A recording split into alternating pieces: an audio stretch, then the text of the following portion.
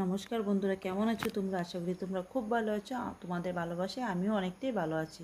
তো তোমাদের সবাইকে জানাই শ্রাবণ মাসের প্রথম সোমবারে অনেক অনেক শুভেচ্ছা।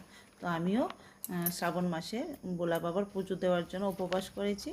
তো দেখো, আমি খুব সকালে ওই দিন ঘুম থেকে উঠেছিলাম। আমি ঘুম থেকে উঠেছি 4:30টার সময়। আর ঘুম থেকে উঠে আমি বাসি ঘরটা ঝাড় দিয়ে মুছে তারপর স্নান করে এখন চলে এসেছি পূজার জন্য ফুল নিতে। তো আমাদের বাড়িতেই ফুল আছে। তো সর্বপ্রথম আমি তুলে নিলাম লাল জবা। তো লাল জবা তো আমি ভোলা বাবাকে দেবো না, কিন্তু আমাদের ঠাকুর আসনের লক্ষ্মী আরও অন্যান্য ঠাকুর আছে বিপদনাশিনী, তো ওনাদের জন্য আমি লাল জবাটা নিয়ে নিলাম। আর এদিকে দেখো সাদা জবাও ফুটেছে।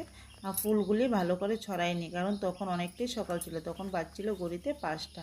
তো ওই দিক দিয়ে আমার শাশুড়ি মাও ঠাকুর ঘরে গিয়ে পূজার বাসনটা ধুয়ে পূজার ঘরটা পরিষ্কার করে নিচ্ছে। তো এই দিকটাতে আমি স্নান টান করে ফুলগুলি পেরে নিচ্ছি। তো এটা হলো আমাদের বাড়িতেই দুতরা ফুল গাছ। তো ভোলা বাবার পুজোর জন্য তো ভোলা বাবার তো সবচেয়ে প্রিয় ফুল হলো দুতরা। তো দুতরা ফুলগুলি আমি পেরে নিচ্ছি। তো বাড়িতে ফুল গাছ থাকলে অনেকটাই সুবিধা হয়, কোথাও গিয়ে ফুল আনতে হয় না। যখনই পুজো দিতে হয় তখনই স্নান টান করে নিজের ইচ্ছে মতো ফুলগুলি তুলে নিতে হয়। তো এদিক থেকে দেখো আরও অনেকগুলো চন্দন জবাও ফুটেছে, ওইগুলি আমি পেরে নিচ্ছি। তারপর আমি চলে যাব বেলপাতা নিতে। তো আমাদের বাড়িতেই বেল গাছ আছে। তো চলো যাওয়া যাক বেল গাছের তলে। আমার মোটামুটি ফুল ওঠানো শেষ। তো এই দিকটা এই দেখো আমাদের বাড়ি বেল গাছ। তো কয়েকটা বেলপাতা আমি পেরে নেব, আর আরও কিছু সাদা ফুল আছে ওইগুলো আমি তুলে নেব। তো আমার মোটামুটি ফুল তোলা আর বেলপাতা দুব্বু সব কালেক্ট করা হয়ে গেছে। সব কিছু নিয়ে এখন আমি চলে আসলাম ঠাকুর ঘরে। তো দেখো ফলমূল, তারপর ফুল বেলপাতা সব রেডি। আর এদিক দিয়ে আমার শাশুড়ি মা ঠাকুর ঘরটা পুরো ক্লিন করে পূজার বাসনগুলি ধুয়ে দিয়েছে। তো অনেকটাই আমার সহায়তা হয়ে গেল। তো আমি 7টার মধ্যে পুজো দিতে পেরেছিলাম। তো এদিক থেকে ছাদের উপরে আরও কিছু ফুল আছে, নীলকণ্ঠ আর নীল কালারের ফুল, কারণ ভোলা বাবাও নীল কালারের ফুলটাও খুব পছন্দ করেন। তো এদিক দিয়ে দেখো রাস্তাটা অনেকটাই ফাঁকা, কেউ ভালো করে লোকজন ঘুম থেকে ওঠেনি, আর গাড়ি ঘোড়াও প্রায় বন্ধই ছিল।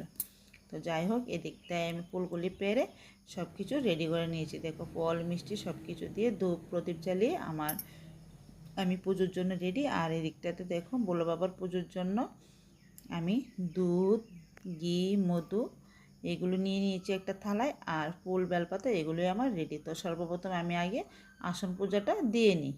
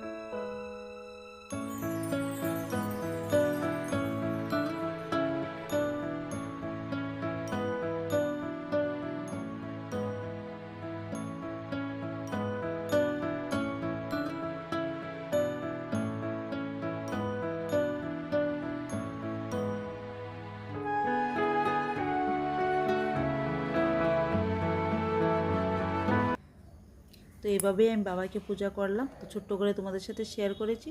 যদি ভালো লেগে থাকে একটা লাইক করেও কমেন্ট করে শেয়ার করো। তো সবাই সুস্থ থাকবে, ভালো থাকবে। হর হর